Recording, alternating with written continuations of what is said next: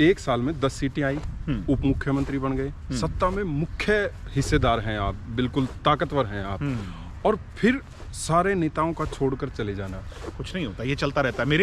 मेरे परदादा को देखो, हम अपनी विरासत से सीखते हैं, और जो इतिहास को याद नहीं रखेगा भविष्य सुनहरा नहीं। अमरजीत ढांडा आपके साथ है। अरे वो शेर है, शेर दिल आदमी है, और हमें गर्व है उस पर। एक अकेला 100 पर भारी। आपने कहावत सुनी है कि नहीं? हाँ, तो हम उसको वैसा आंकते हैं। और सुनो मेरी बात, अब जो हमारे साथ आए थे जी, हो सकता है ये उस समय सत्ता के लालच में आए हो, चले गए हो। ठीक है। हाँ, मुझे अनूप धानक जी का दुख होता है, वो हमारे अपने मजबूत सिपाही थे, अब वो किस लालच में चले गए। कोई तो कहता है सीडी और ईडी के चक्कर में हमारे 1-2 लोगों को बीजेपी ले बैठी। तो मैं ये मानता हूँ कि चोई देवीलाल जी ने इस देश में बहुत बड़े बड़े काम किए।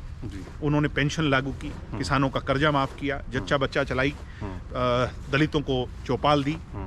उसके बाद भी वो घिराई से अगला चुनाव हार गए देवेंद्र जी, और सब लोग छोड़ करके चले गए। वो चोई देवीलाल घर पर बैठ गए। यहाँ तक कि एक इंटरव्यू है जिसमें राजीव शुक्ल को ये कहते हैं कि भाई मैं तो अब पशु संभालता हूँ और घर पर बैठता हूँ। उसके बाद वही चौधरी देवीलाल थे जिन्होंने कमबैक किया, और वो देश की सबसे बड़ी सीढ़ी पर चले गए, और वही लोग थे जो इर्द गिर्द उनके फिर आकर के खड़े हो गए। मैं बड़े विश्वास से कह सकता हूँ कि हमारे में संघर्ष का मादा है। 365 दिन साल में होते हैं, 4 साल बचे हैं। गणित में शायद मैं थोड़ा कमजोर हूँ, मगर 1000 से ज्यादा दिन हम सड़कों पर रहकर जनता के बीच में मेहनत करेंगे, जनता का दिल जीतेंगे, अपनी गलतियों को सुधारेंगे, और लोगों का दिल जीतकर फिर चंडीगढ़ की बाजी को जीतने का काम और चौधरी देवीलाल की ध्वजा को वहां लहराने का काम। सीएम आया के नारे लगते हैं, सीएम आएगा, निश्चित तौर पर आएगा।